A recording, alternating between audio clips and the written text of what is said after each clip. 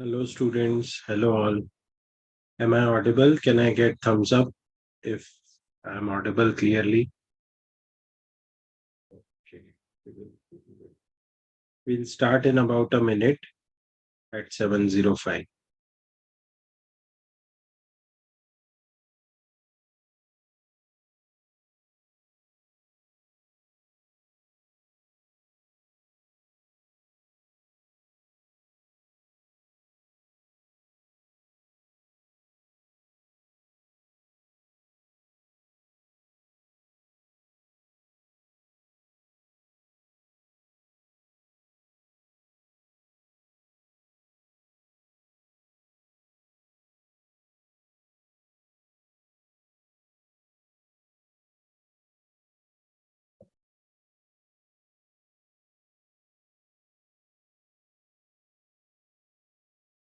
Okay, students, let's make a start. Uh, Let everybody join in as per their liking, and we'll start. So, our agenda for today, first, we want to discuss the tips that I had given yesterday. I will try to give you more tips today as well for Python programming and AI/ML, like I have always been giving.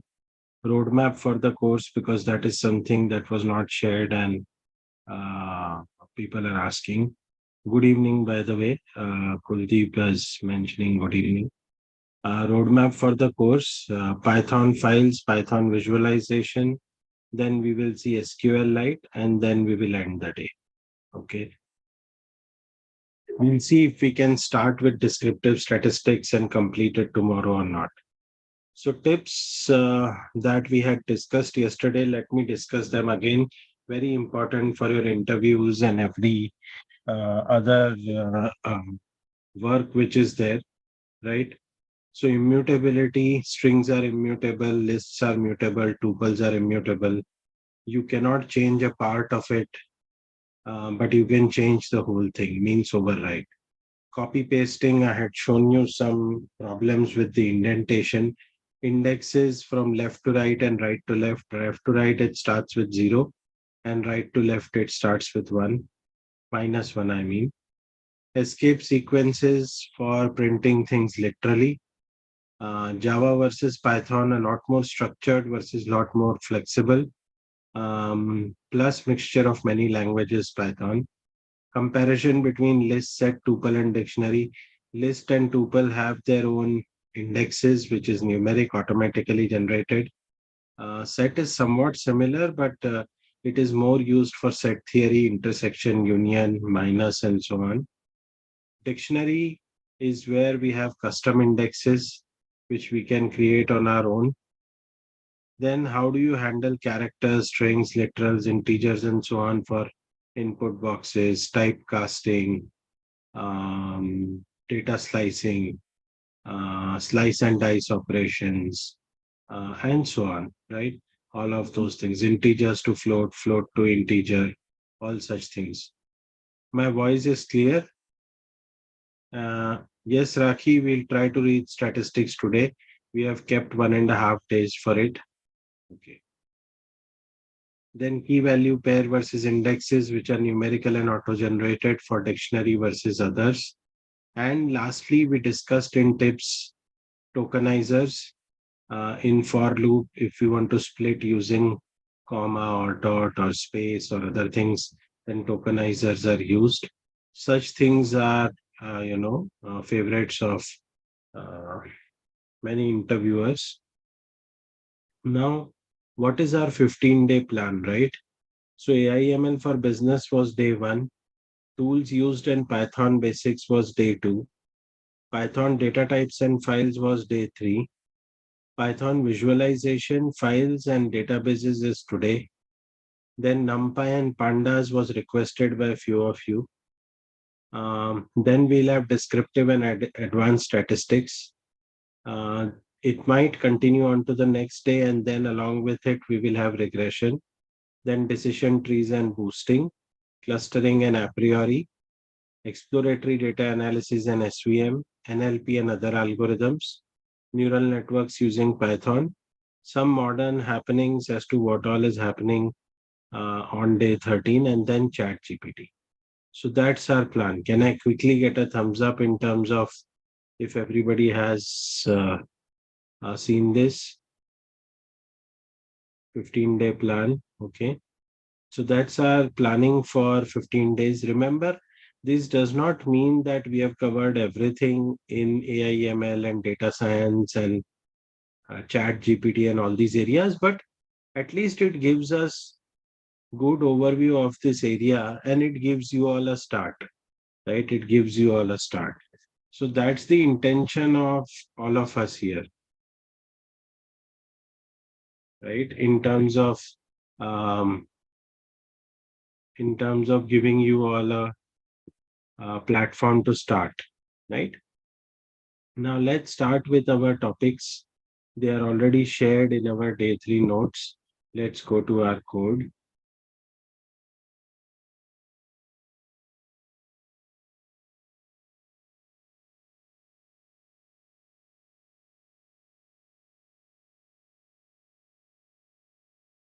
Let me know once it's visible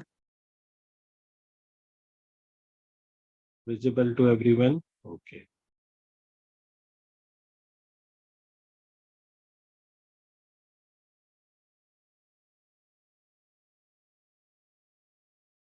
So we initially looked at files yesterday. Let us quickly recap with files.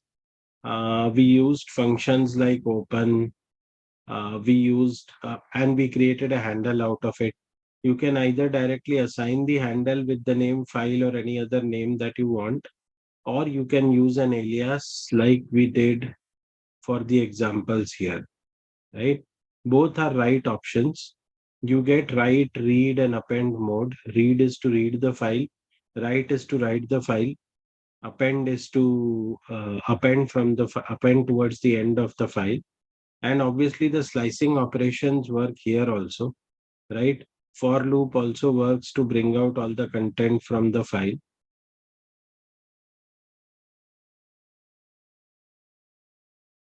Append can also be done. So let's do one thing. Let's create a new file, geek underscore XLR. Okay, let's give it a name, XLR. And let's write in the first line instead of this, AIML and chat GPT 15 days course. Okay. And from here, let's write in a new line after giving additional space or new line. We'll write, let's say, Python statistics, Python statistics, neural networks, ML or machine learning, and chat GPT, our major topics. Okay, let's write that and let's see what it prints for us. So it has created that file. Let's go here and see if the file is created. Yes, the file is created and the lines are written, as you all can see. You all can see this, right? Can I get a thumbs up for this where the files are written, where the file is written? You are able to see this, right? Good, good, right? So that way you can write content as per your liking. Now, one shortcut I will tell you, you go and do file dot tab, file dot tab, and you will see all the functions that are available for file. This is a shortcut in Jupyter Notebook. Let's also see this in Colab if it works or not. I haven't tried it in Google Colab, but let's try.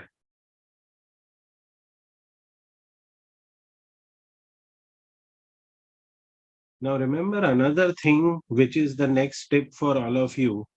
And as every day, I will note it in a file and I will I will share it with you the next day. For any topic in computer science or especially application programming, you can search for a cheat sheet, right? So day 4 tips. Now the cheat sheet does not mean actual cheating. These are hacker terms and hackers in the sense good hackers. They call it cheat sheets, right? Like this. So if you go and search, let's say cheat sheet for Google Colab. Let's see what it shows us. See, cheat sheet towards Google Colab, towards data science, right? You will see a lot of shortcuts and other things in it.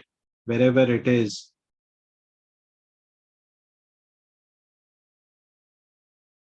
right? So these are all the important things. Similarly, cheat sheet for Python. Please remember, I am not encouraging you to cheat. Cheat sheets mean these are short notes. These are short notes, right?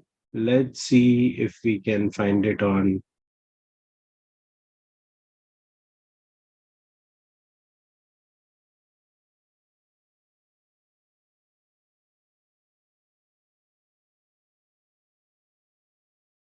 Yeah, so they have created it here or whatever.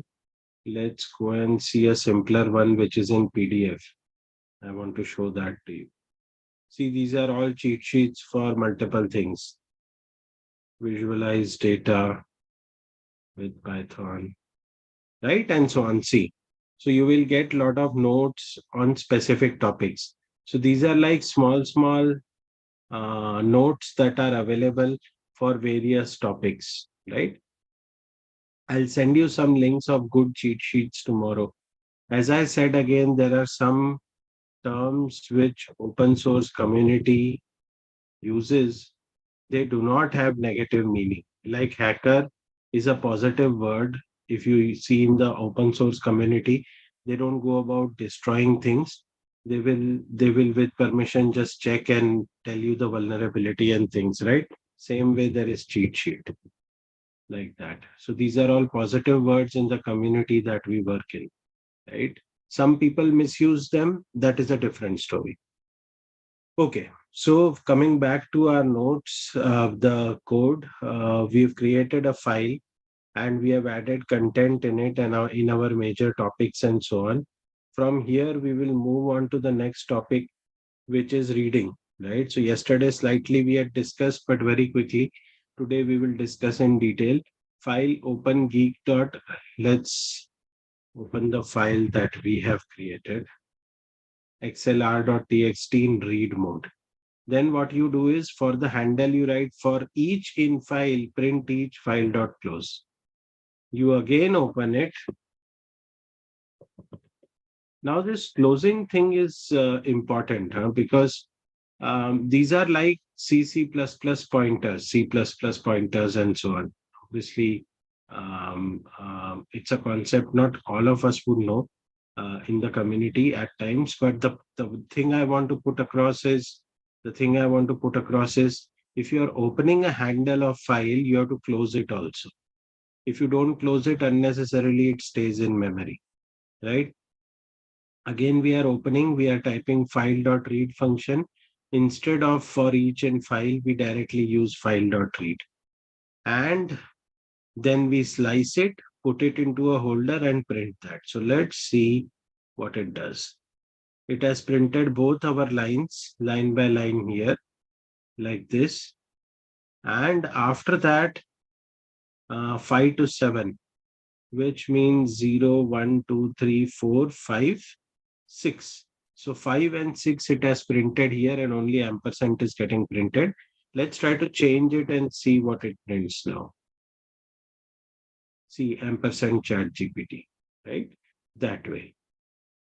Okay. And if you remove the new lines, the space will go away.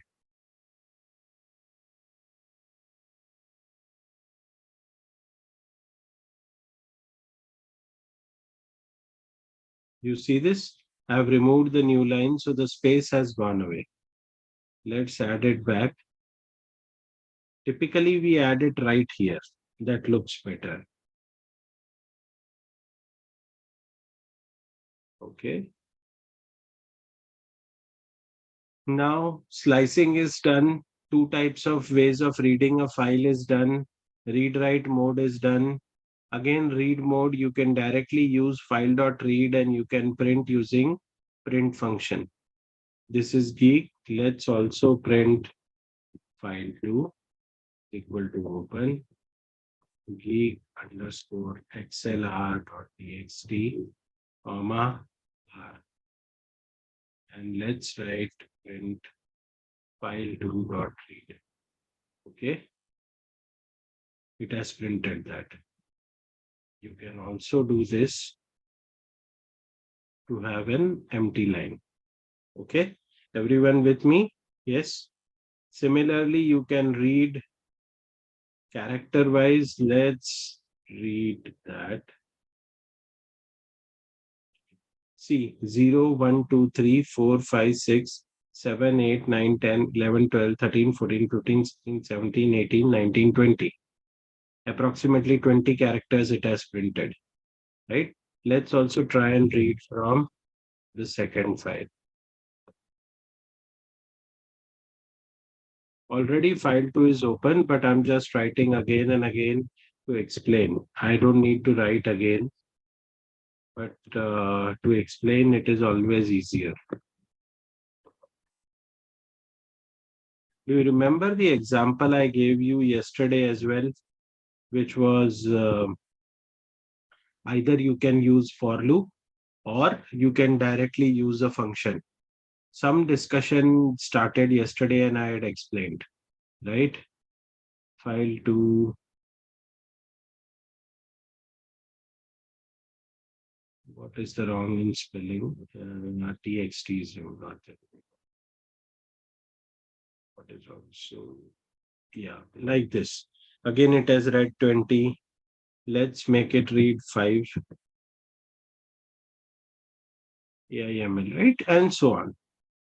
Then there is an append mode. You want to append something and it will add after that file, right? And then you can again read. So let's copy the whole thing.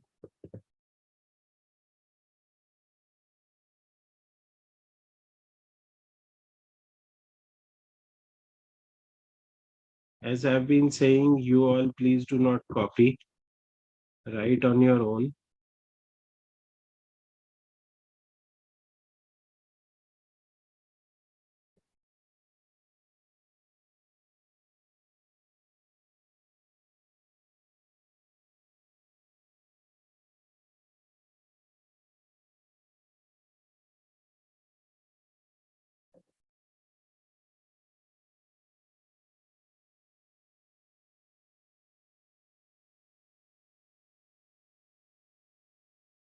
See, the last line has been appended. You got my point, all of you? This is your append mode. I have run it twice, so it has added two lines. We can see it here in the files. See, it has added it twice. I can also do one more thing, which is while adding the line, I can try and write I.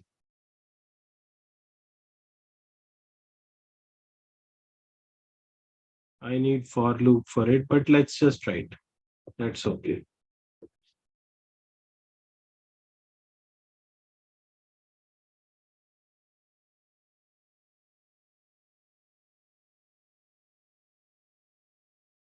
It has added it twice. Is it throwing an error? Yes. Let's remove it. We don't want debug for now. Right. So that way we can append content in append mode, read in read mode, write in write mode, and do all those things. You can actually put this in a for loop, and every time it is appending, you can do a plus I or comma I or whatever. And in that case, add a number behind it, right?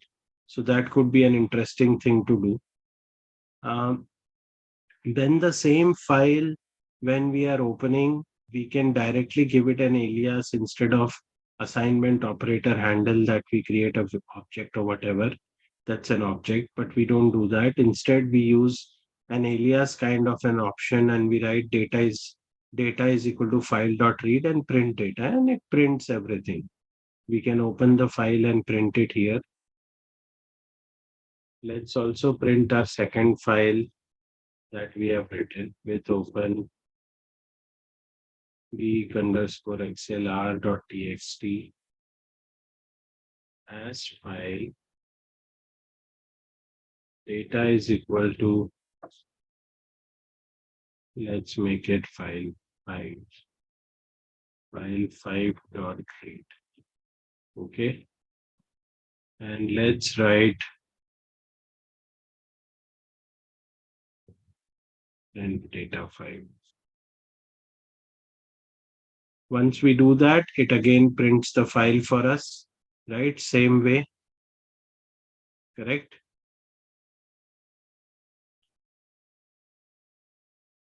Now, again, same thing. By default, it had started in read mode or whatever the case may be. As we pass the mode to it, here again, we are passing append mode and we are writing f dot write hello world. It will write towards the end of the file, right? Um, Obviously, there is R, A, W. There is also R plus, which you can explore, right? So let's write to the file and append towards the end. See, it has added hello world. Towards the end, the tokenizer that I was discussing and I told you is one of the favorite topics of interviewers when they are talking of Java and Python and all such languages. They love to ask puzzles out of for and tokens and so on, right? So at that point of time, we are having a file called as imba.txt, right, as F, and we say 4 universities. These are just 4 universities where I have taught in the past. So that's why the name has come while practicing with students. And we write F2, open the file in read mode. Read lines. Here a new function has come up, which is read lines, right? We read them and then we uh, uh, pass it into a for loop and say line in word. So remember the difference. F2 dot read prints the whole thing, right? Uh, Whereas word by word printing is done from um, uh, uh, this thing, split token, right, in a for loop. So that's slightly different. Let's see and print them. Just give me 1 minute, right? Yes. Then lastly, read. Again, read lines, line in data, line dot split. Here again, it is splitting and printing. Let's see if it splits or not. Yes. This is geek.txt. This is the, so by default, it has taken space. Okay. So if we don't pass it a token, which is comma, which was here between the words in the file, it automatically takes space, and geek.txt has all the space in between. As you can see, this is geek XLR, but this one is with space, right? So that way, you can use tokenizer to split it. Okay. So that's your example on um, files. Quickly load it into your Google Colab and try it out, students, in the next 2-3 minutes. And let me see if your shortcut works there, which I was talking about in Google Colab. Yes, let's see.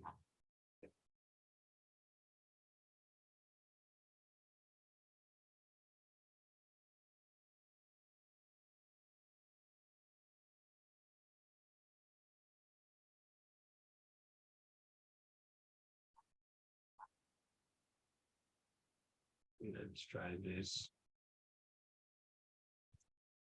Obviously, here it won't work because I have to link it to Google Drive.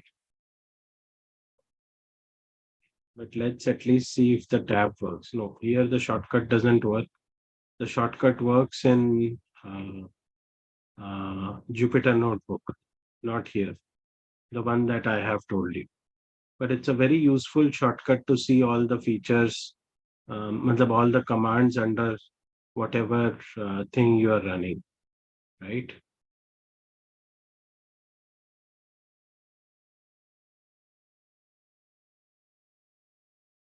Okay.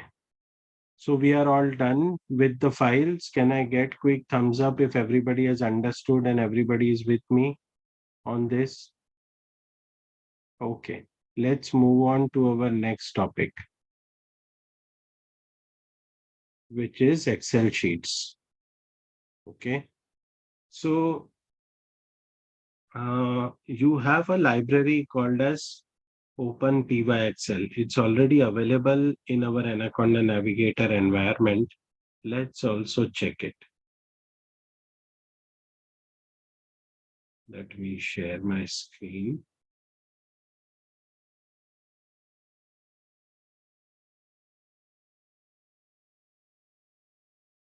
So if you go to your Anaconda environment and on the left side, click on environments and type Open Excel, it will show up here. It's already installed, right? It's already installed.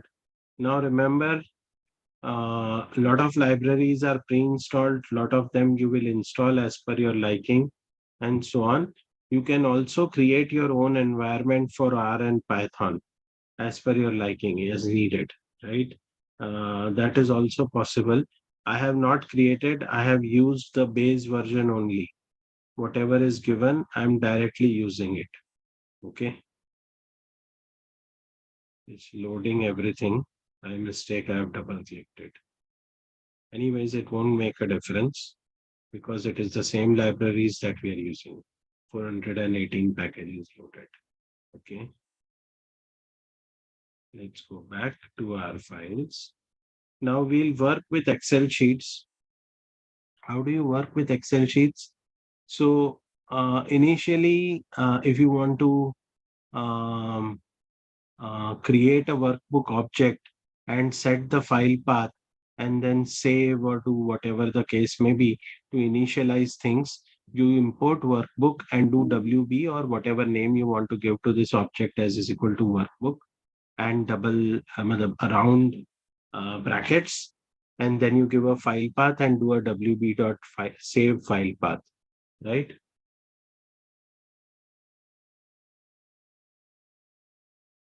Right. From here, your next step will be to load the workbook and then make it active, whatever sheet you want to work with. And in the A1 cell, set a value, right?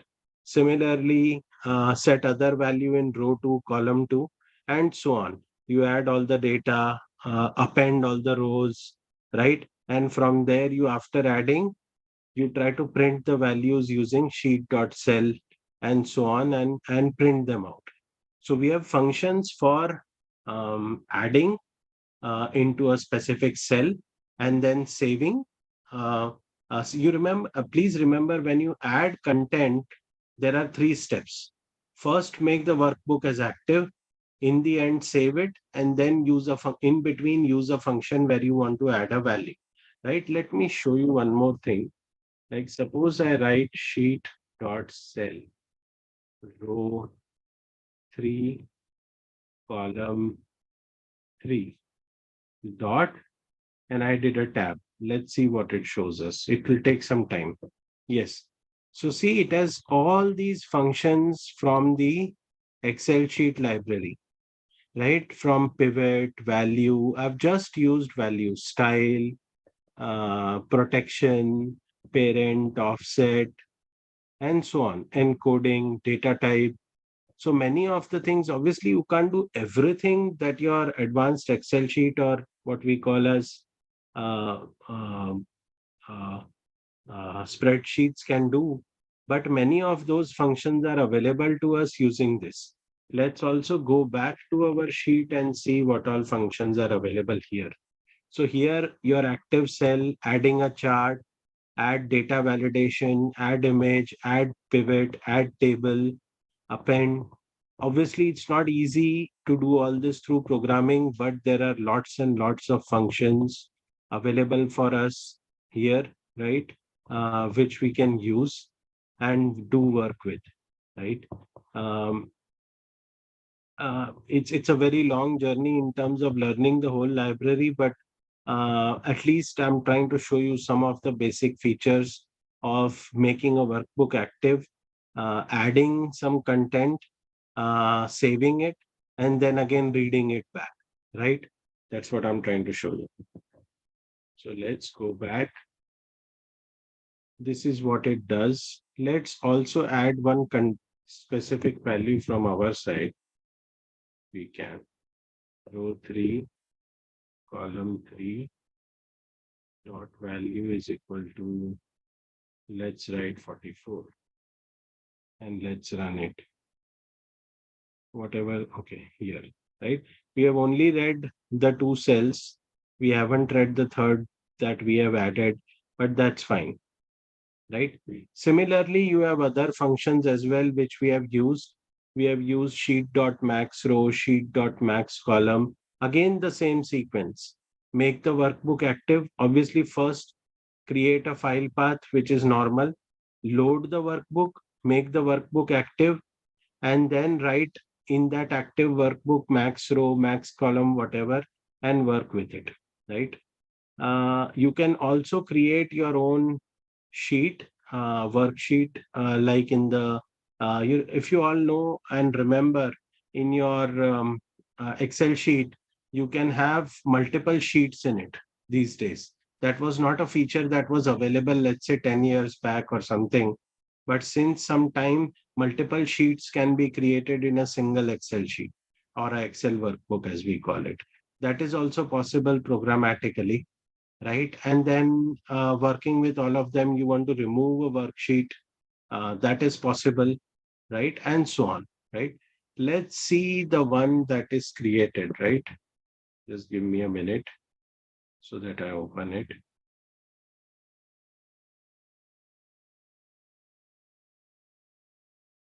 Let me share my screen. So this is what it has created for us. This was the 44 value in column 3, row 3 that I added extra.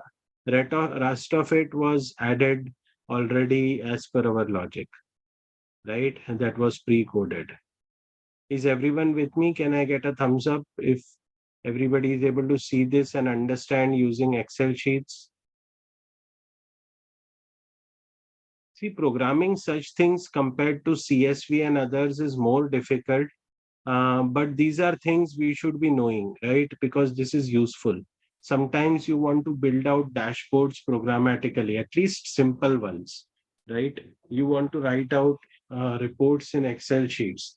At that point of time, all such programming is very useful, right?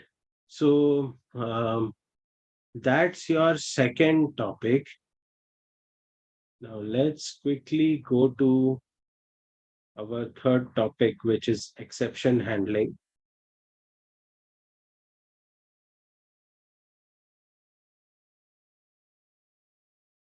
Now, firstly, what is exception handling and why we need it, right? Uh, See, while running our program, firstly, there can be compile time error, then can be runtime error. And another thing is, every time we cannot just depend on at runtime that some error has come and this and that. Like for an example, here we are dividing 5 by 0. It is obviously going to throw an error. But if it throws an error, there is a specific type of an error called as zero division error, right? And we can say that can't divide by zero. If it is an arithmetic error, if it is something else. So in programming languages, especially like Python and Java and so on, through exception handling, we have lot of error codes, or let's say types of errors predefined for us, right? And we want to trap them for whenever we make a mistake, right? So let's see what it says. It says arithmetic error has occurred. We have reinitialized the value of k to 5, right? That is what we have done. By the way, if this confuses you, 5 divided by, let's say 2, if you do with double slash, then 2.5, it will round it off to the lowest integer just below it, which means 5 divided by 2 is 2.5. It will round it off to either 3 or 2, right? That is what this function does, double slash. So we are trying to divide it by 0. It will throw some sort of a error and we trap that error. The advantage of this is if you trap the error, whatever type of error it is, right, as per the interpreter or runtime engine, the advantage is when you are debugging or when the program is running, you exactly know what is happening, you are able to handle it, and you are able to work with it, right? You don't have randomized performance in terms of random errors coming onto your screen and program execution stopping and so on. See here, in spite of this is not possible, it goes to infinity or undefined as per our standard mathematics. We are able to reset value of k as 5 and we are able to print a message saying this, right? So very gracefully it has been handled, and that is what is the advantage of exception handling. Now there are many types of exceptions and things which we can do. This is like generic catch, right? Some error has happened and then you set the value to 5 and we say we have reinitialized. But see here we directly write k is 5 divided by 0 and print k. It throws this kind of initial compile time or interpretation error as per the engine, right? Now, this is not very graceful in terms of running a program because your whole program execution will stop here. Suppose, to explain what I'm trying to say, I have 1000 lines of code, or for that matter, I have seen projects with 1 million lines of code also, right? 500,000 to 1 million lines of code, and products obviously have even more lines of code, right? Now, if you're writing so many lines of code and such things break your program, and instead of running, the program starts to throw these type of errors, it will be a problem, right? So you want to handle it in a better way. You put them in a try catch block in Java, and here try exception, and finally means it will be executed no matter what, right? It is compulsory to execute it depending on the exception and so on, right? So that's what your exception handling is. I will not go into too many details today, but at least a quick overview helps us to understand what kind of problems we face, right? If we don't handle exceptions gracefully, it is very important to use this at important places, like where there is complex logic. What people do is, so another tip, let's write your tips here. So cheat sheets was one thing, open source community jargons, then exception handling. What people do is, wherever, or programmers do, wherever you have complex handling, you start adding exceptions. It is not at all surprising what kind of things for which we can add exceptions. DB connection opening to debug it, network processing, file handling, um, um, complex logic,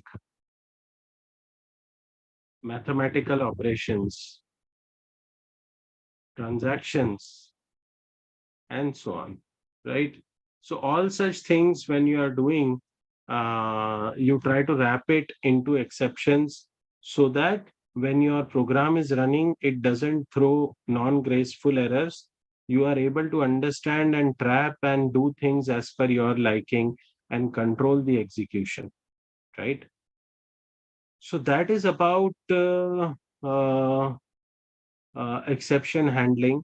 Can I get a thumbs up if people have at least understood the concept of exception handling?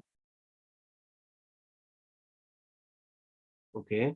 So lower count, but yes. Okay. So now we have a bigger count. Okay.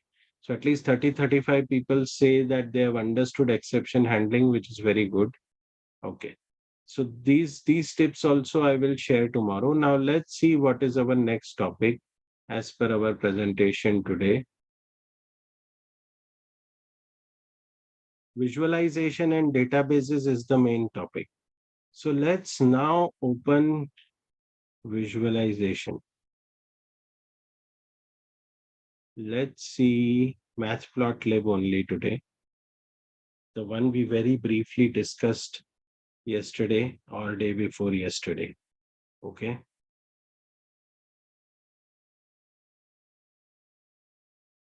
So just give me 1 minute.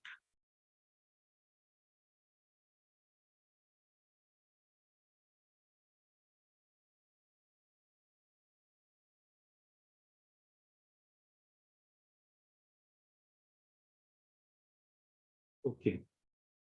So here we are using two libraries. One is NumPy, which is numerical Python. Other is Matplotlib, which is for plotting mathematical things um, and visualize them. Right? There are many libraries available: Bokeh, Seaborn, Matplotlib, and more. Right? Depending on whether you want to do interactive work, whether you want to do mathematical work, whether you want to have advanced charting, and so on. So here, first we are writing np.arrange. We have added an alias as plt as np. That means numpy is available as np. Matplotlib is available as plt. We write np.arrange, start from 0, go up till 3 into pi, increase each point by 0.1. Right? And that is what we print first, which means 0, 0.1, 0.2, 0.3, 0.4, 0.5, 0.6, 0.7, 0.8, right up till 3 times pi. Everybody remembers value of pi, 3.14, right? And the other things behind it, right? Then we write y is equal to np dot tan of x. Arrange function has three main parameters: start, end, and increment, and it creates this data set. Then we write y is equal to np dot tan of x, right? We do a new line and then we print the value of tan of x, right? So all these values of tan of x for all these input values are printed. You remember, right? Those degrees, radians, and all those different ways of passing values to tan. We are just passing here. After that, we give it a name. Then we use PLT, which is our plotting. We say plot dot title tan plot. We say plot dot plot x comma y, and we say show, and it shows us a tan plot, right? Okay. Similarly, we work with a sine plot. NumPy as NP, Matplotlib as PLT. We write arrange. Start with 0, go up till 3 pi, increase by 0.1. Same to same data set of x. Then we say y is equal to np dot sine x, and it shows all the other values that we have for sine. Everybody remembers sine, cos, tan, and all these things to some extent. Right angle geometry, trigonometry, sorry. Yes, right? I see only two thumbs up. At least everybody remembers the basics of trigonometry, right? Sine, matlab opposite by hypotenuse, opposite by adjacent, adjacent by hypotenuse, and all those formulas. At least the basics of it, yes. A lot of thumbs up, right? So sine plot, we give it a name, and we do plot x of y, and we do plot show, and it plots the sine plot. Similarly, we do a cos plot, where again we say 0, 3 pi, 0.1 cos of x in y, and we say plot dot title cos plot, plot xy, and do show, and it plots the cos plot, right? Let me now check what questions. Okay, so good question, Tulsi. What is import? Okay, so now a lot of questions. Let me try and answer all of them. Firstly, what is import? Okay, Tulsi asks, what is import? See, the base language has loops, has things that I taught you on the first day: loops, variables, objects, data types, keywords, and so on. But if you want to do specialized work, they create libraries on top of it. They create libraries on top of it because everybody doesn't need everything, right? Everybody doesn't need everything. If you go back to the Anaconda Navigator, in the environment, you will see all these libraries, 418 packages added, right? Everybody doesn't need everything, right? So what it does is there is a framework in most programming languages where we add libraries as needed. Suppose I want to work on supply chain, then I will add supply chain related library. Suppose I want to work with trigonometry, I will use trigonometry related library. Suppose I want to work with calculus, machine learning, I will use that. Suppose I want specific type of visualization, I will work with that. So that way, different types of libraries are available, and we will use those libraries as per our need and take it ahead, right? See, these are matplotlib related libraries. If I don't need it, I can uncheck it and unload it, right? But I actually need that, correct? When you want to use a specific library into your program, what you do is you write import function. Import is a keyword, right? You use import and whatever library you want to import. NumPy is numerical Python, from where we are using the function arrange and tan. If you want to see other functions, just type np.tab and wait for some time. See all the functions I've opened up in the numerical Python library. Tulsi, are you able to understand the function import now?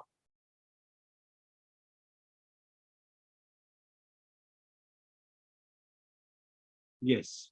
Paramesh is right, adding library manually. We will go back to sheets in some time. That is a question. NP is an alias. NumPy is the library. NP is the alias, Mansi. Okay.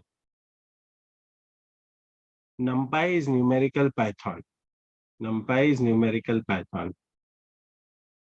It is used to create, use the function tan, cot, sine, cosec, and so on. Exactly.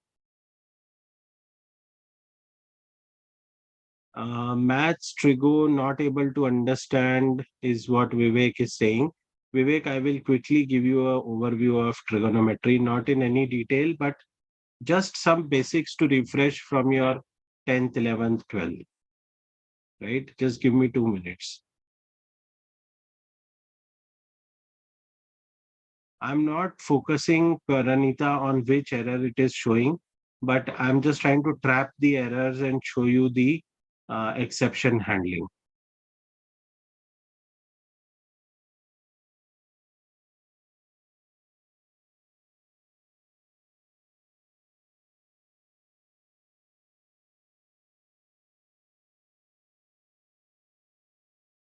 Okay. So Satish asks a good question. Can you show me a big picture example of where this kind of programming might be helpful? Okay. Before I jump on to little bit of trigonometry for Vivek, very basic, um, let me tell you where we can use it. So think of all these examples, right, that you have.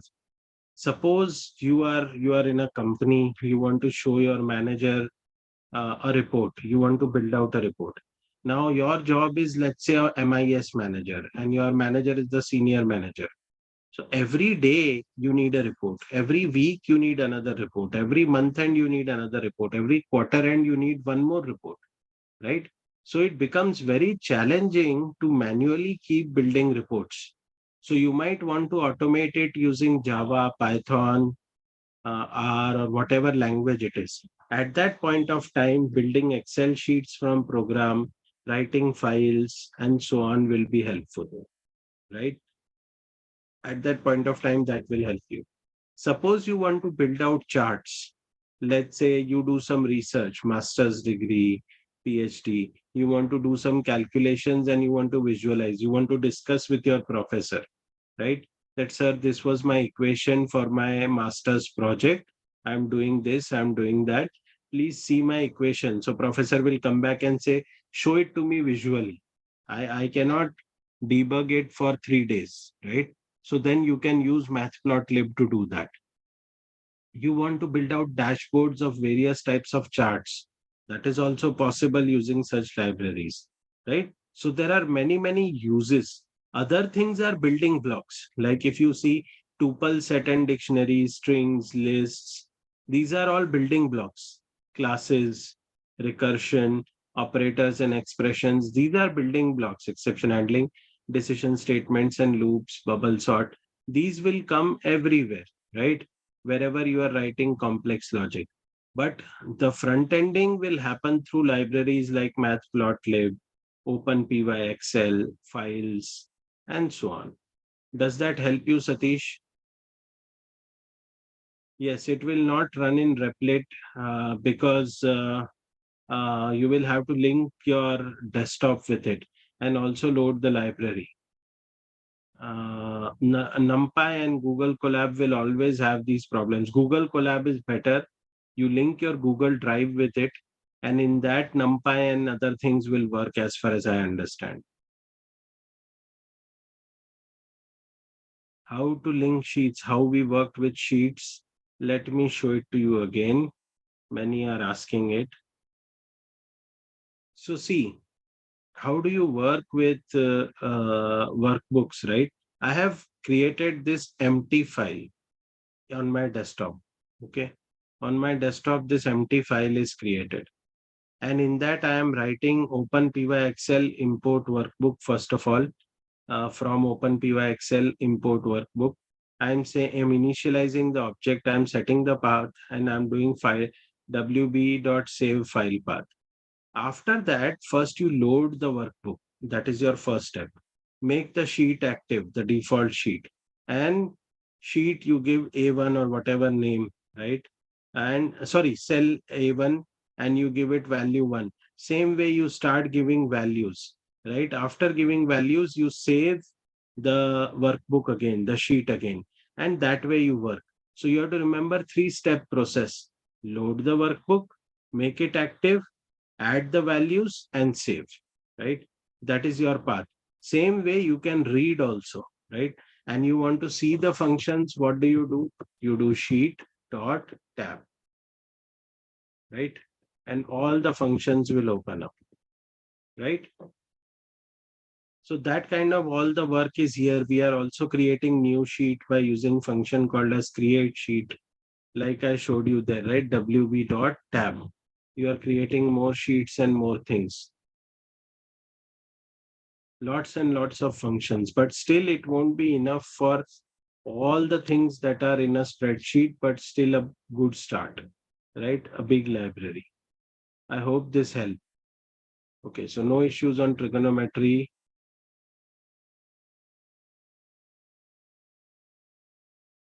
Can we prepare DSA in Python for company interview? Definitely, Rakhi.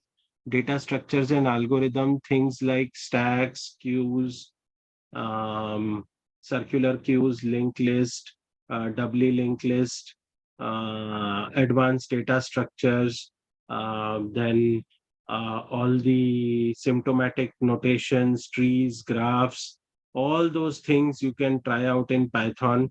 Different things are available, different libraries, different things for trying all of that.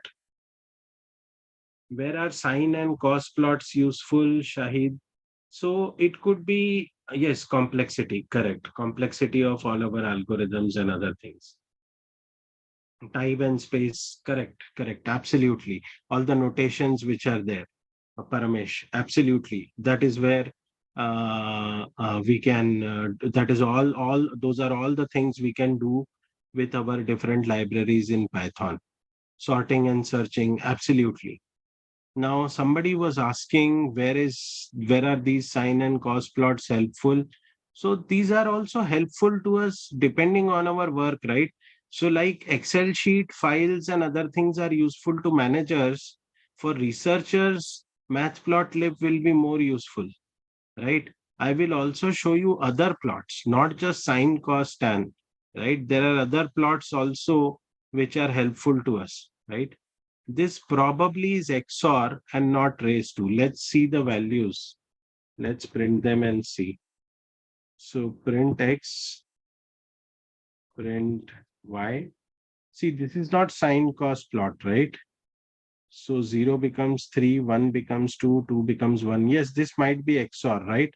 And whatever the case may be, it's just a shortcut to build a formula, right? I have taken X as np dot arrange 0 to 25, which takes from 0 to 24. I am using an operator here to get a random Y value. I think this is XOR or something. And from here, we are getting other values, right? And then we plot them. Such plots are also required, right? Correct. So without it, we cannot work. Let me show you here. Let's say 1, 2, 5.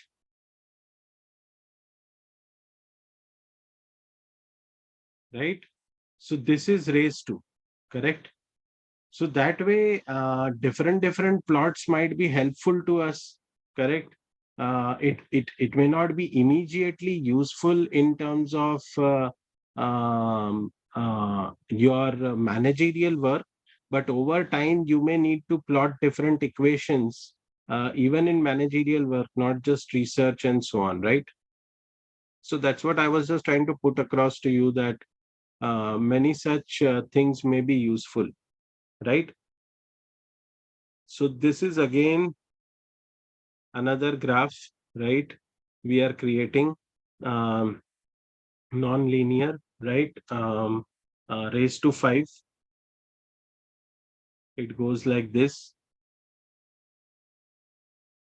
This is another plot. Now, suppose you want to plot 2, 3 things together, right? Even that you can do.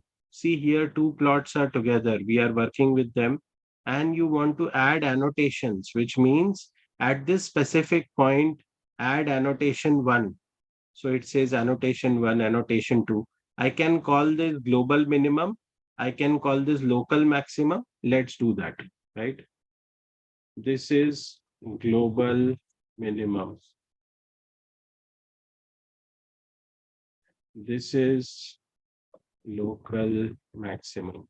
This also in algorithms and state space and all these areas we study. So you can plot such things. What mistake I made?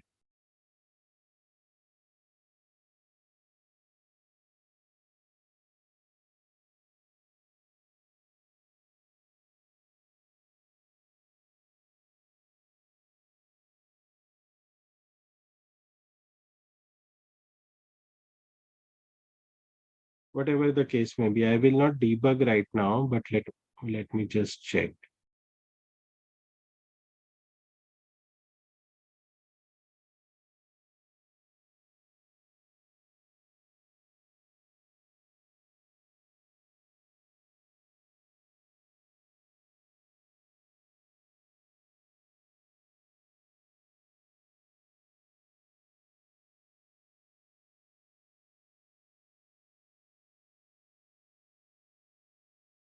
Okay, so I'm making some mistake. I will debug tomorrow and get back to you. Whatever the case may be, basically what I was trying to say is this is our intermediate maximum. This is our global minimum. This is our global maximum. So if we want to annotate and put a mention here in terms of the points, we can do such things here, right? All that is possible for us to do, correct? And so on.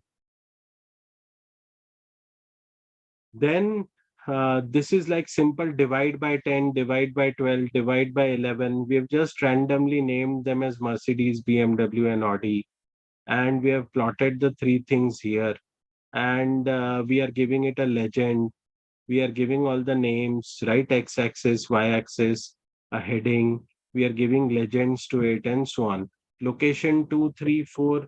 If you want to change the location of it, where it is, you can do that. See, right? All that is possible. It changes location as per your liking. Similarly, we have other plots. Here we have three plots together, right?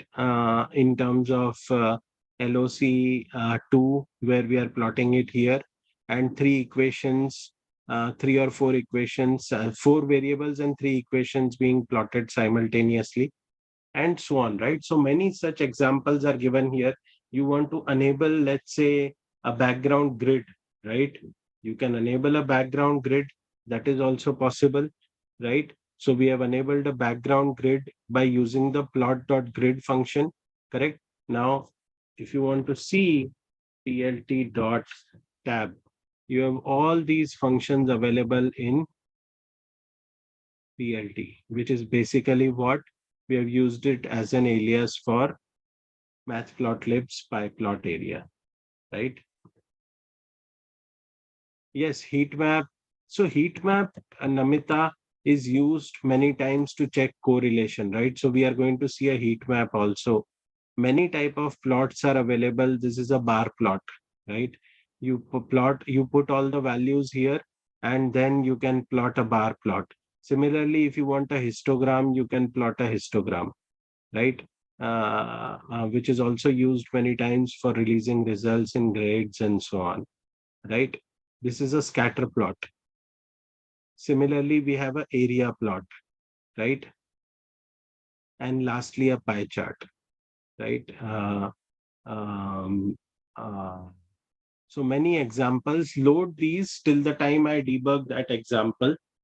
Please load uh,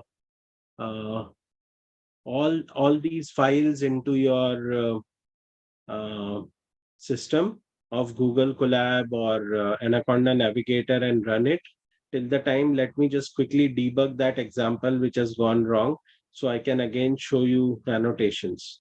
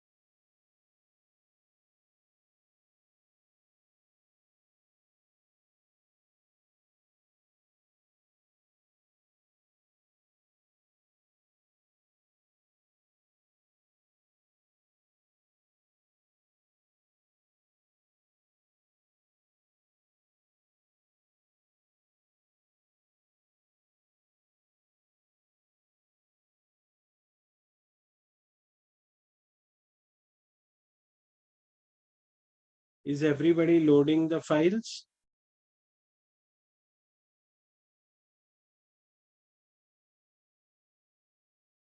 See, day 2 or day 3, I have given the files in the python.zip folder in LMS. You can pick up the files from there, Biram. Exercises, yes, I will give you some exercises.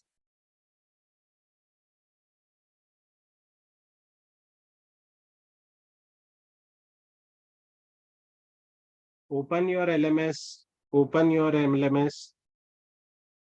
Yes, Tulsi. So thank you that you are finding the explanations as good. It takes some time to understand. That is absolutely fine.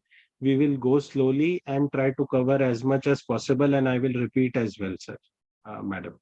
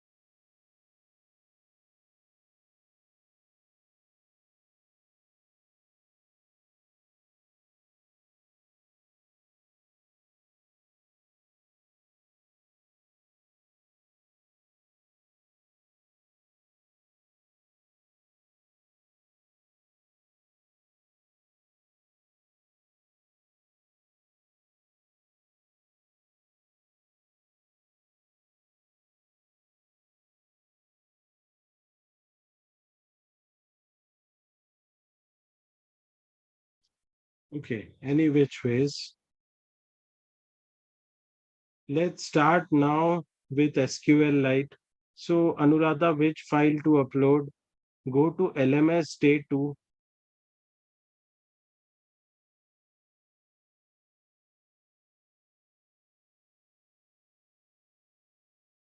So, the annotation is working now, right? Like this. Okay. Now, let's go to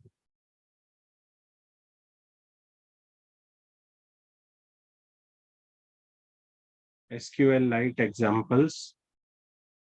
I kind of like this site, so we'll use from here.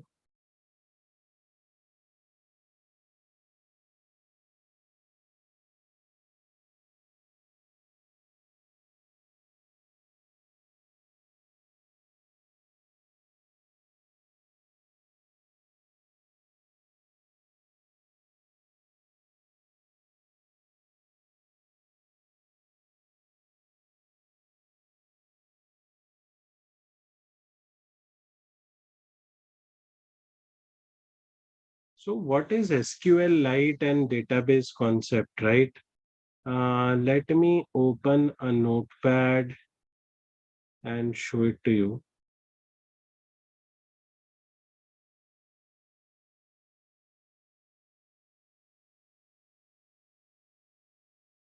Okay. So see, there are three major types of databases: RDBMS, NoSQL, and the light ones. Okay. We are just going to see the light one, how it works. So typically, RDBMS are larger databases which follow relational concepts, which mean relationships between entities. How do you think of it? Think of it like your Excel sheets. Think of it like your Excel sheets. NoSQL is another one which is there. Uh, think there are graphs, there are documents, there are key value pairs, and so on. Columnar, there are other ways of classifying them as well, but I will tell you the simplest one to understand, which is graph based, right? So suppose you think of NoSQL, right? NoSQL databases. You all have friends on Facebook, Instagram, LinkedIn, Twitter, and so on, right? So this is one very good example. If we open, let's say, Paint,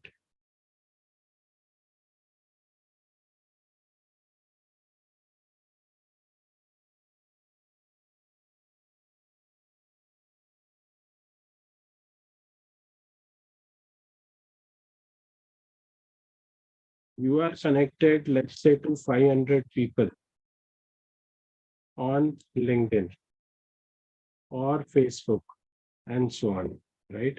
They are connected to more people. Now, this kind of relationship, to think of it and plan it in an Excel sheet is difficult. I'm not saying it is impossible, but it is difficult, right? So what do? We use graph databases. This is a special type of NoSQL database, right? So this is your friend layer. So they call it level one. This is your second layer. They call it level two. Who they are connected with is level three, and so on, right? If you look at LinkedIn, it will say at the max you can see up till level three. Have you seen that, right? At level three, it will start to mask all the profiles where your network is not connected, right? So that way, these are two major types of databases. If you again want to recap, I will compare it like this. This is RDBMS. You have entities which are two-dimensional typically. There is a lot more in it, but I will give you a simple example like student information, which I always give to students. You have personal information where you have name and roll number, email, address, and phone number. Okay. Your primary key or the key important thing is your roll number. Your roll number is unique, right? So we link all the other things using roll number. This is your relationship. What are these tables? Fees, subjects, grades, alumni related details, placement, and maybe something else you have taken. Everything is linked using roll number, right? Roll number is your relationship,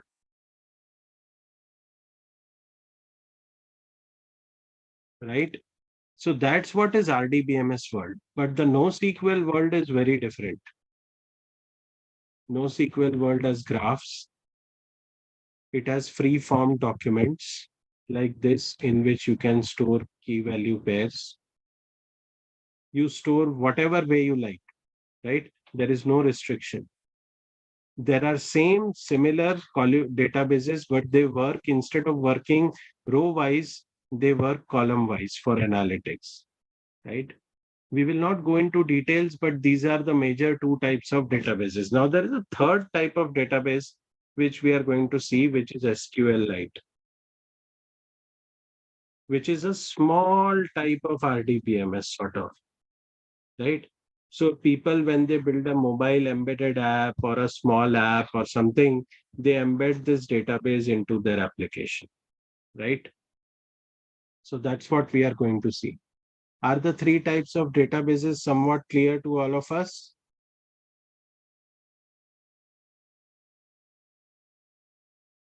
Okay. Let's go back to our code.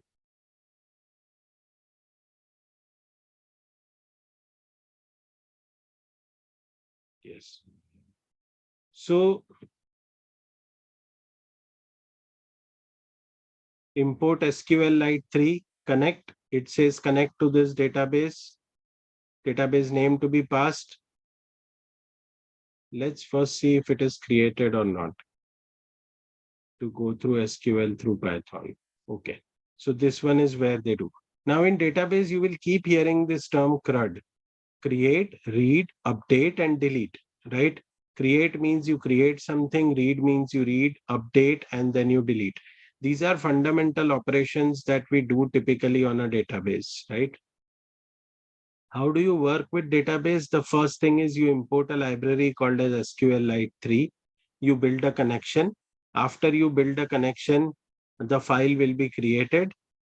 You create a cursor which will move through the database, and you can say that I am connected to the database. Now let's see the next example and run it, right?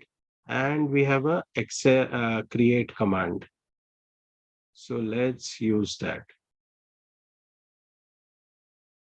I'm going to copy in front of you and try to run it. Let's see.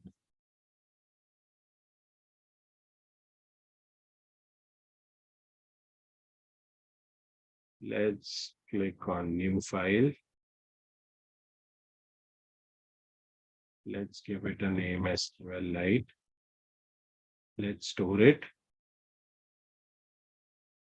So it basically says create table employee with staff number integer as primary key, first name, last name, gender, and joining date, right? That's what it is saying. Let's see. Okay, so there is no print command, so probably it has executed. Let's see what is next to read it. We want to insert into it, right? So there is an SQL command for insert. All these are basic operations. Let me also add it in the tips. It has added. Let's read through it. Inserting data by the user. Fetching data is what is of interest to us.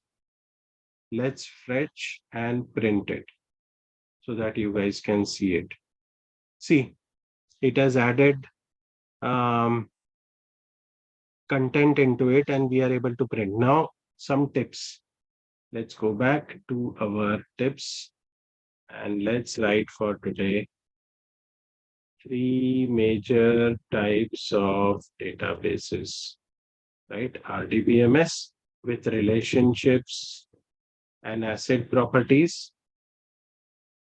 uh, NoSQL with cap theorem and Bayes and all such things.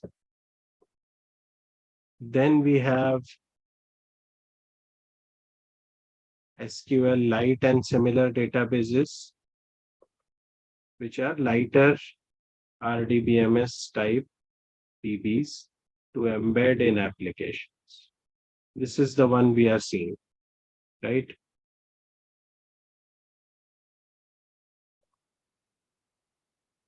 I will send these tips to you, right? So let's see what we have done till now. Just like Excel sheets, we have database tables, okay, like our worksheets. So we create a table, add 4 columns in it, one, two, three, four, five columns in it. Then we insert content into it, Rishabh Bansal and Bill Gates, okay, and we say commit. Just like our work Excel sheet, we have connect, which creates the database, or if it is already existing, it connects to it. You create a cursor to move through it, you write the SQL commands, and you do a cursor dot execute and pass the command in it, and it gets executed, and then you close the connection. When you want to read it, you do fetch all, right? Cursor fetch all. And if you want to see the function of cursor, you do like this. See, array size, close, connection, description, execute, execute many, fetch all, and so on, right? You fetch all and then you write for I in answer, print I, and it prints for us. Okay. Similarly, you have other updating data. Now we were discussing, right? So let's write that also in our tips. For normal databases, you need to remember CRUD: create, read, update, and delete, right? I haven't discussed these properties. I will, uh, uh, I haven't discussed these, but then you can read on your own. We already have a lot of less time, but I'm just giving you some overview about reading such things, right? These are all principles and theorems for various types of databases. But you need to remember at least 4 basic operations, which is like create table, read from table, update, and delete, right? That is called as CRUD. So load this file, copy from Geeks for Geeks. Let me put it into chat box. So SQL and NoSQL structure. So Avantika, SQL is structured query language, which means the language is pretty structured and it is for RDBMS, Relational Database Management System. NoSQL does not follow a structured pattern. Just like RDBMS, it is either going to follow graph or key value pair and so on, but it is very flexible, just like Java versus Python debate. Is my voice breaking for others also? Can I get a thumbs up? No. Okay. So let me open Notepad and show you the differences again between RDBMS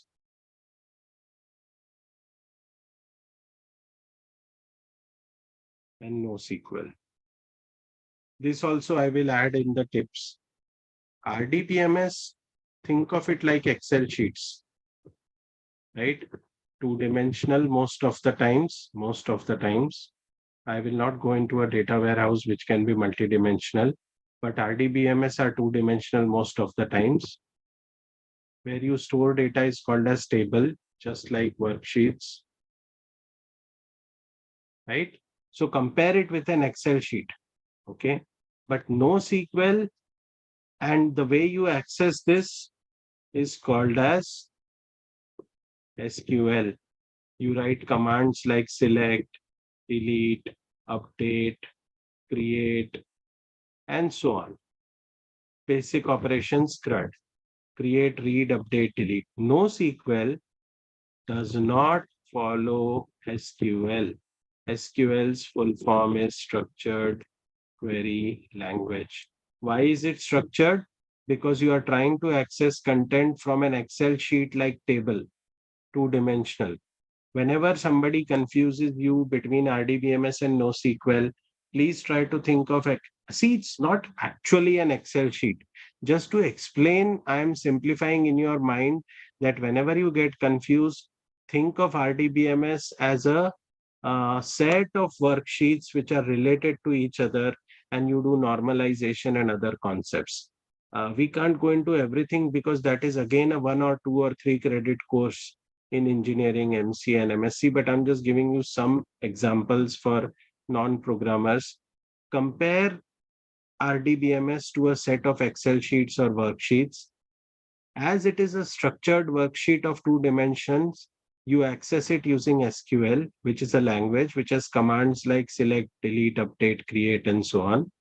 NoSQL, on the other hand, does not follow SQL. It has no set structure generally. Sometimes it has structure, but not like RDBMS, right? What are the structures it follows? Graph, key value pairs, like dictionary, just like dictionary, documents. These are not documents as in normal Word documents. These are JSON style documents, XML style documents. And what was the fourth one? Columnar. So these are like RDBMS, but they work from columns instead of rows. So RDBMS typically traverses through rows, right? But this traverses through columns. This is helpful in analytics. This is helpful in relationships.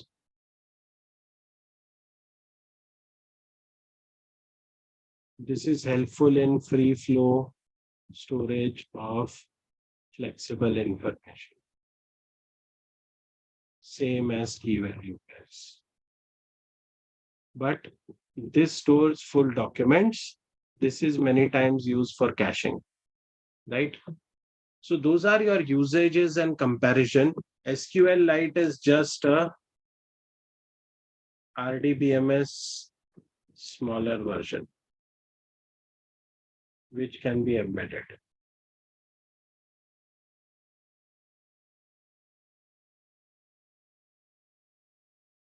right?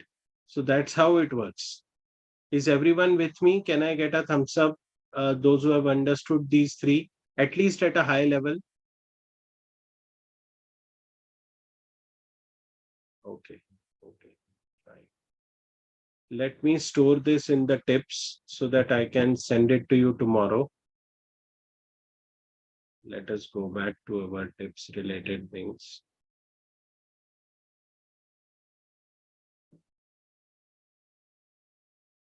Okay. So that's that on SQLite.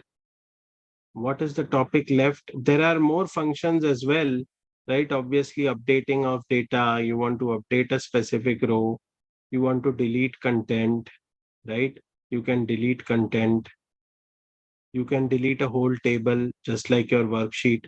Please remember, RDBMS is not Excel sheet. I use this trick to teach students that when you get confused between RDBMS and NoSQL, think of RDBMS tables as worksheets and they have relationships between them. Please remember, it is like, not equal to, right? Let's see the questions. Yes, attendance he will share, Amar will share. Yes, the links are in day 3 presentation, my friend Shahid. So acid is a property, are properties of uh, RDBMS. I will share atomicity and so on. I will share it in the tips tomorrow.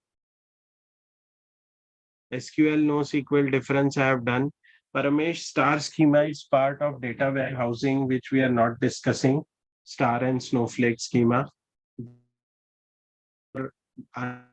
is normalization, but we are not discussing it. Queries and DB connection. Let me see if any other questions are there.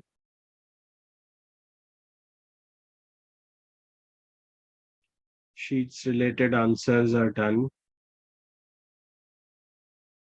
What is import is done, sine cos, tan cos.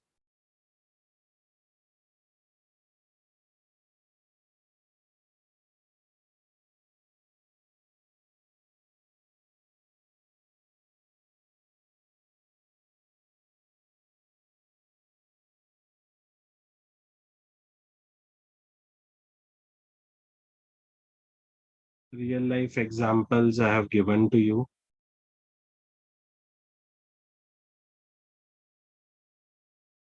Is my voice audible or was it too low all the time? Thumbs up if everybody was able to hear it clearly. Okay, okay. Any other questions that are coming up? I think most of the questions are answered. Code is in day 3 or day 2 of LMS, Anuradha.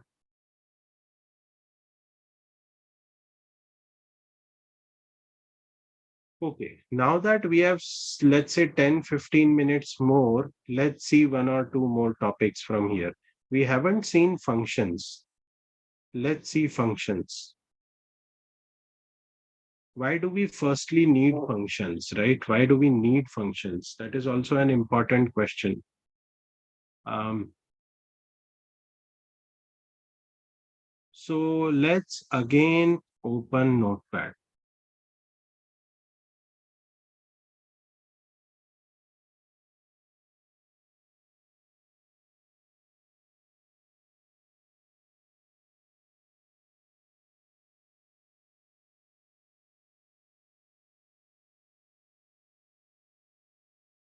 So why do you need functions, right?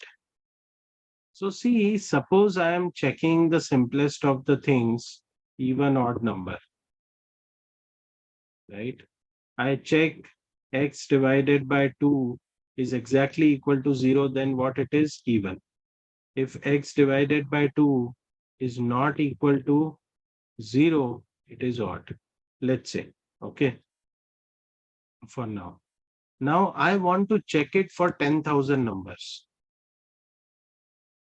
Or like in public private key RSA algorithm, we want to work with prime numbers. Okay. I'm going to experiment, let's say, with 1,500 prime numbers. Okay. Which are in varied sizes. Okay. So at this point of time, I cannot write the logic. I don't want to write the logic again and again. Whether it is my logic of prime numbers or whether it is my logic of even odd. What I will do is I will wrap it into a specific block of code. That is your functions, right? I am wrapping something which is my logic for even odd or prime numbers, right? I'm wrapping it here. That gives me an option of reusing this code again and again. Suppose I have in this logic line 1, line 2, line 3. Here I have, let's say, starting from line 1, I go up till, let's say, line 10, whatever, number of lines of code. Now, whenever 10,000 times I want to check even odd, I will just call the function even odd. You got it? Same way, 1,500 times when I want to calculate prime numbers, I will just call my function called as prime numbers. I will not write it again and again. Does everybody understand why we need functions? Students? Okay, I got about 3, 4. Did everybody understand repeat work that we want to do? For that, we use functions. Now let's see functions.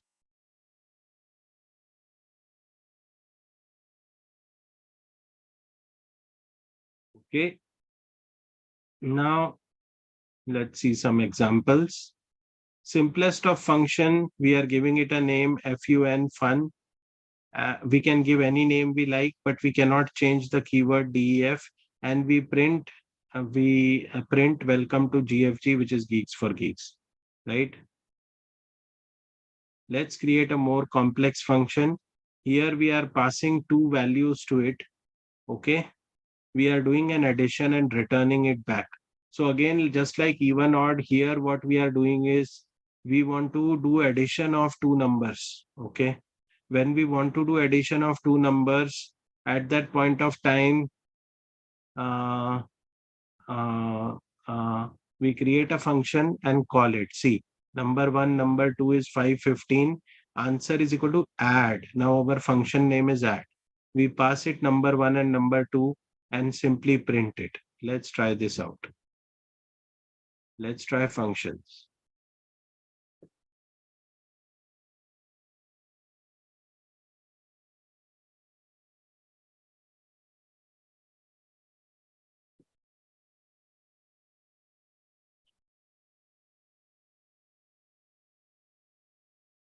Okay. Now here, our function is here using the function keyword called as def, or it is a shortcut for define. The name we have given to a function is add. I can also make it add 2. I can make it add 23, whatever I want, right? I am passing two parameters to it, number one and number two. I am doing an addition and returning it back. My number one and number two is defined outside, far away from it, 5 and 15. I write answer is equal to add the number one, number two. It goes here. When it sees add, it goes here. It does the addition and gives it back, and it gets stored here. And then we just print it. This formatting I had not discussed the other day. F is for formatting. Whatever is written inside curly bracket, it will replace it with the value. So number one and number two are 5 and 15. Answer is answer. That's why it prints the addition of 5 and 15 is 20. Let's try and change this. Number 3 comma number 4 is equal to 20 comma 50. And let's write answer 2 is equal to add number 3 comma number 4. And let's write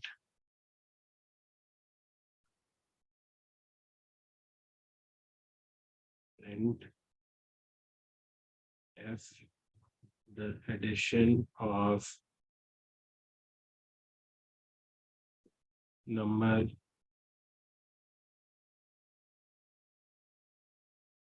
number 3 and number 4 results answer 2 dot this. Okay, let's see what it prints. It says 20 and 50 results in 70. Got it, everyone? Is everybody understand? Yes, Raki, very correct. Code reusability. Absolutely. Whatever work we want to do again and again to provide modularity. Very correct, Anuradha. That is also correct. I hope my screen was visible, right? Both explanations are very correct. Very good. Modularity and code reusability. What does F do? It tells that I'm going to format it in a specific way. F tells us that whatever is in the curly bracket is actually to be replaced by the value, and we are following a specific pattern of formatting. Like, let's remove it. See, it didn't exactly show you the number 3, number 4, and answer 2 values. If you put F, then it will replace it for whatever it is. Got it? LM asks, do we have procedures in Python? Let me check. We have functions. Procedures, what is the context of procedures that you're trying to bring here? Procedures are in databases, right? Procedures and functions. They are typically in databases. And procedures don't return value, if I remember correctly. It has been a while. I may or may not remember correctly, but procedures are in databases. Is that the context? LM, you can simply choose not to return a value. So it is not necessary to return a value, right? I can also do this print number 3, correct? So I just do this. Then I don't need to do all this jugglery. I can simply do this, add number 1 comma number 2, and here again I can write add number 3 comma yes, you can pass array also. You can pass as many types of objects as you like. See, it directly printed. I can directly write here the addition of number 1 and number 2 is colon comma is f.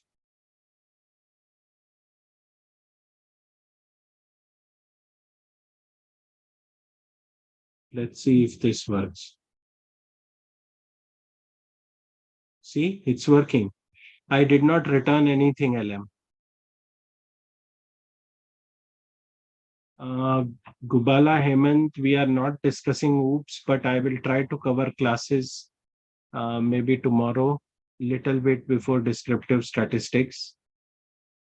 So LM, does that answer your question? We are not returning anything here. We are just directly printing inside the function. Okay.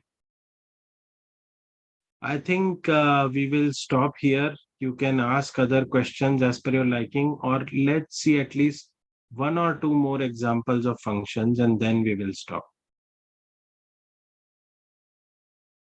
We still have 10 minutes. So this is C prime number check, right? This is prime number check, even odd check in terms of function. This is a simple my function.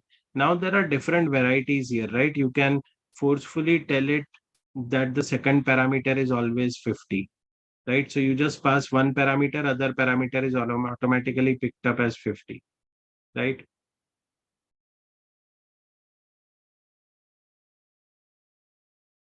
Then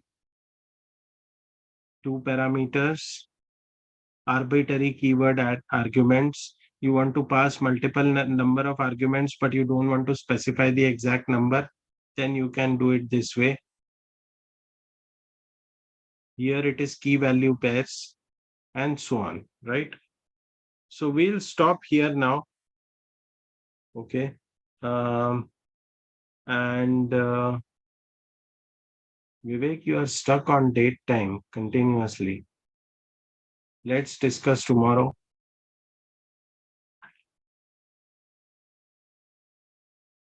Please add your attendance and add the questions which are related to what I have taught, and I will try to answer them in the next 5 minutes, and then we'll close. So, Amar, are there any assessments? I don't think so. After the 15 days sessions, there are some assignments. That's it, right? Yes, right.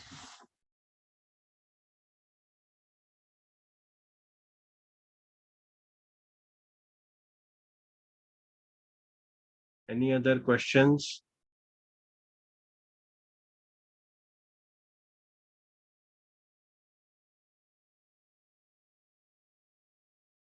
Thank you, Rakhi. Thank you, everyone. And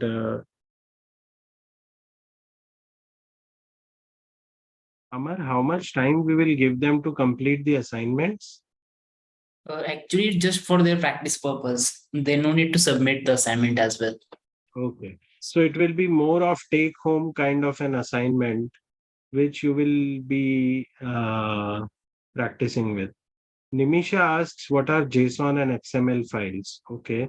So I used that word but did not explain. So let me explain quickly.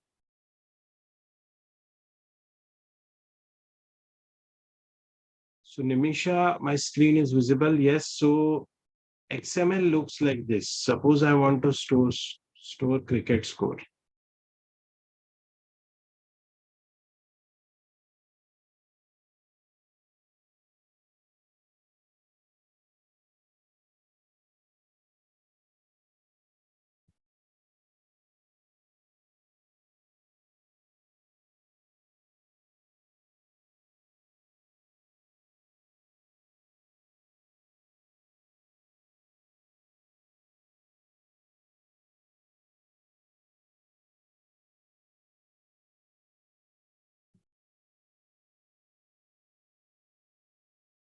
So it follows a hierarchy of tag opening and tag closing.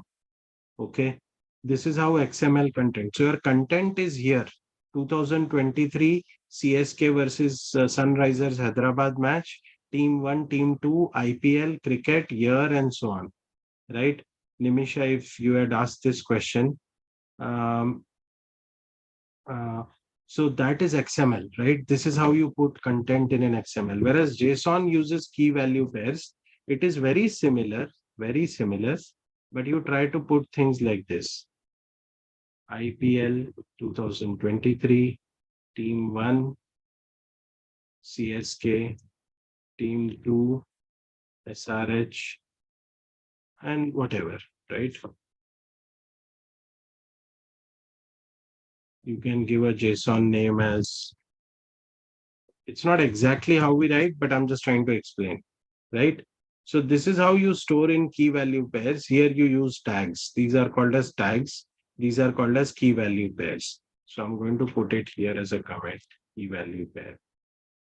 And here we use tags. Got it, Nimisha?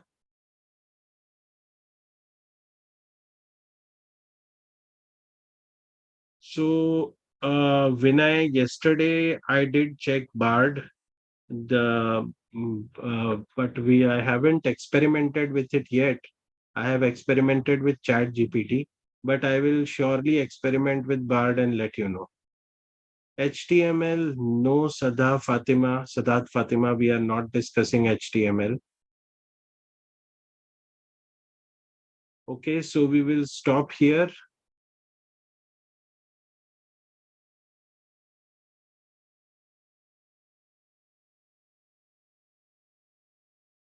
Okay, thank you all. Good night, and please fill your attendance. If anybody has any question, they can stay. Otherwise, others can log off, and we will connect again tomorrow. Right, Amar? Same time. You want to take over and tell them to fill the attendance? Yeah, sure. Thank you so much. Thank you. So guys, I'm sharing attendance link once again in the chat box. Please mark your attendance and give your valuable feedback as well. If any query question, please share with me.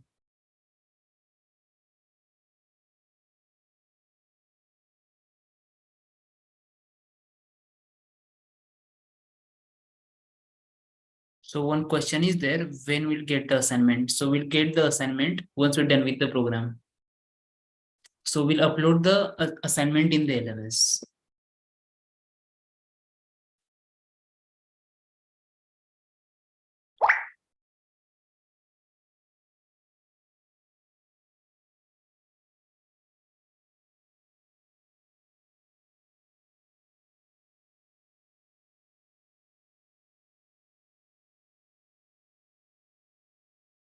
Guys, any question?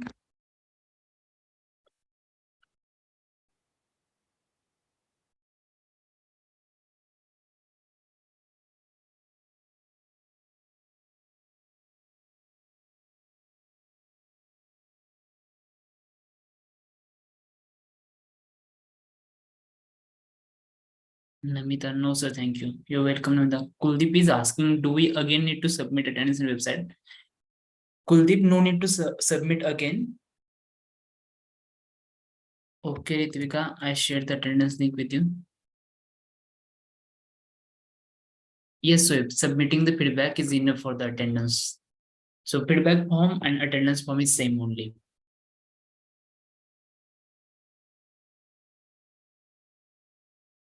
So that Fatima, for certification, na 60% attendance is mandatory. We are not going to take out the assignments. The assignments is just for your practice purpose. You need to practice on your own. And if you face any difficulty, then you can connect with your college TPUs.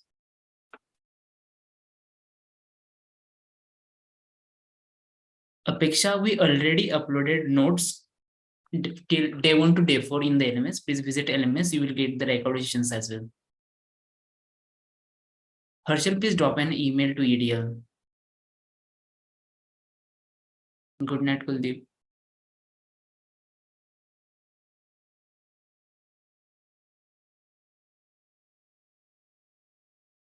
Simran is asking regarding the certificate. So Simran, I will explain that things in the last session. So don't worry about the certificates. Just mark your attendance on a daily basis. Okay. So 60% attendance is mandatory to get the certificate. Okay. So we are providing assignment just for your practice purpose. No need to submit the assignment. If you face any difficulty when solving the assignment, will help you. You can drop an email to edl@excelr.com, or else you can connect with your college teachers. Yes, Pratik, I'm sharing the attendance link with you once again. Ikra, it's onlinelearning.excelr.com. If you search with the same, then you will get that. Good night, Anshika. Neeraj Akoti Pune is asking how many lectures are left. So we're just done with the 4 sessions. So there are 11 more sessions to go. Lakshmi Devi, can you please share your message in the English?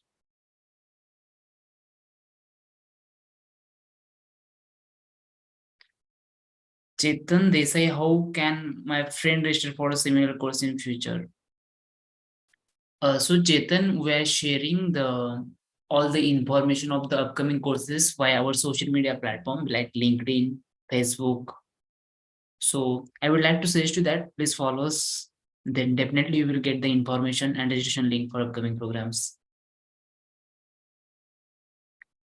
Anuradha is asking, do we have session on Saturday and Sunday? So no, Anuradha, we, the session is only on Monday to Friday weekdays.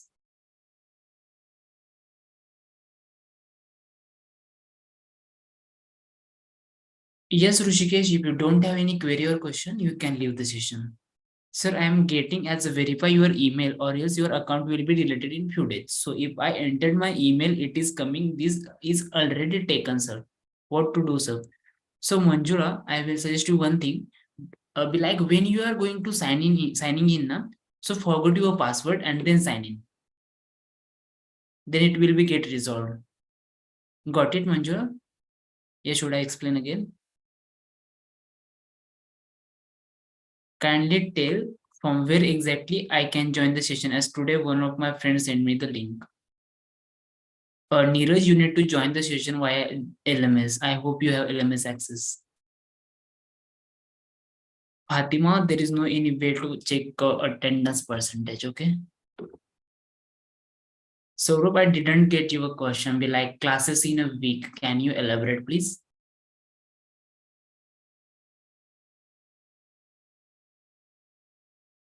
Yes, we are planning for the more sessions after this program. Every month we are launching 1 to 2 new programs on different technologies, be like full stack development, Python for data science, Selenium testing, automation testing, then cloud fundamentals, AWS, Azure, like that. Shreyas, you didn't get the attendance link? Don't worry, I'm sharing with you. Ikra, just follow us on LinkedIn or else Instagram or else Facebook, you will get that notification.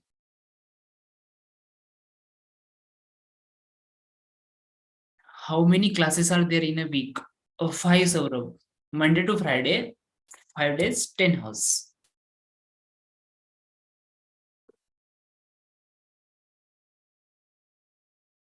You two peoples, you have any query or question? So team, today we are not live on FB. We started our YouTube live. Okay, so if your friend are facing difficulty to join the session via Zoom, I would like to suggest you, please share the YouTube link with them. Ikra, your username is email ID only, and you need to forget your password if you are not remembering that. No, Neeraj. ExcelR elements is different.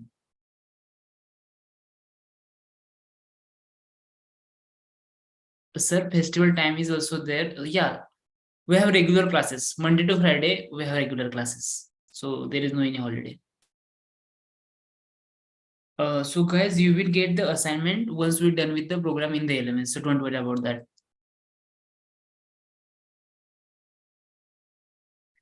So how do you, I know that I have mark present or absent. Once you fill the feedback form now, it's your presenting. So don't worry about that. Ankita, visit a learning management system. You will get recorded sessions, material there only.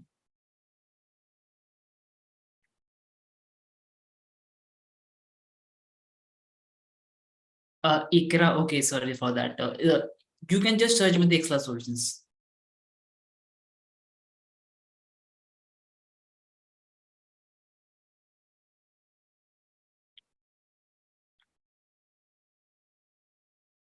Will we get physical certificate? No, Aditya. It's a digital certificate, and you will receive it via email. Yes, Jivan. Just one thing for certifications, guys. 60% attendance is mandatory. That all. So you need to mark your attendance on a daily basis.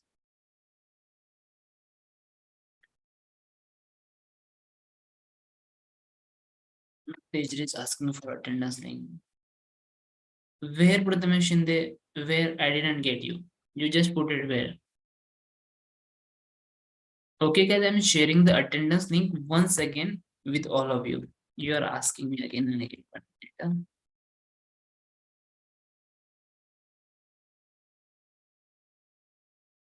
Ankita, you're welcome. Guys, if you don't have any query or question, you can left out the sessions.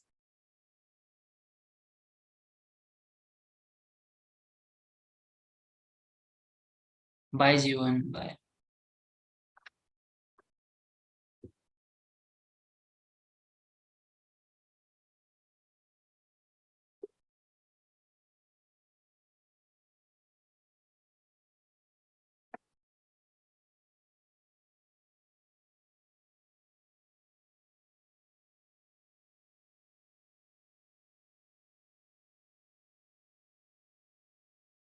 Bye, Shivam. Dhananjay, please ask this question to Neil.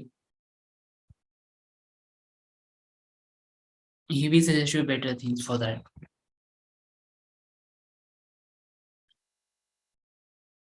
Yes, guys, if you don't have any query or question, you can leave the sessions.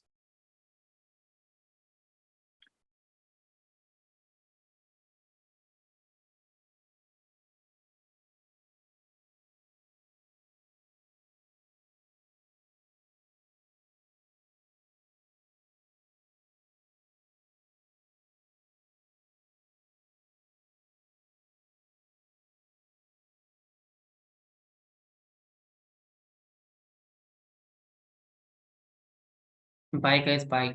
We'll meet you on tomorrow at same time.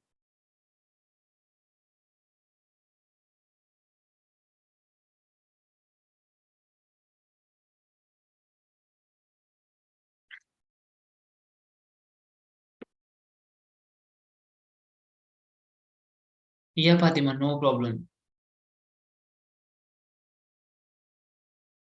Which link, Jayashree?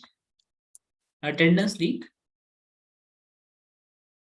Saurabh, there is no in examination. You will just get an assignment for your practice purpose. Yes, you will get the recorded sessions by tomorrow morning over LMS only. Yeah, first 3 day session recorded Yes, guys, recorded sessions are already available in the LMS. You can visit, you will get that in the recorded tab. Attendance link, please. Yeah, I'm sharing attendance link.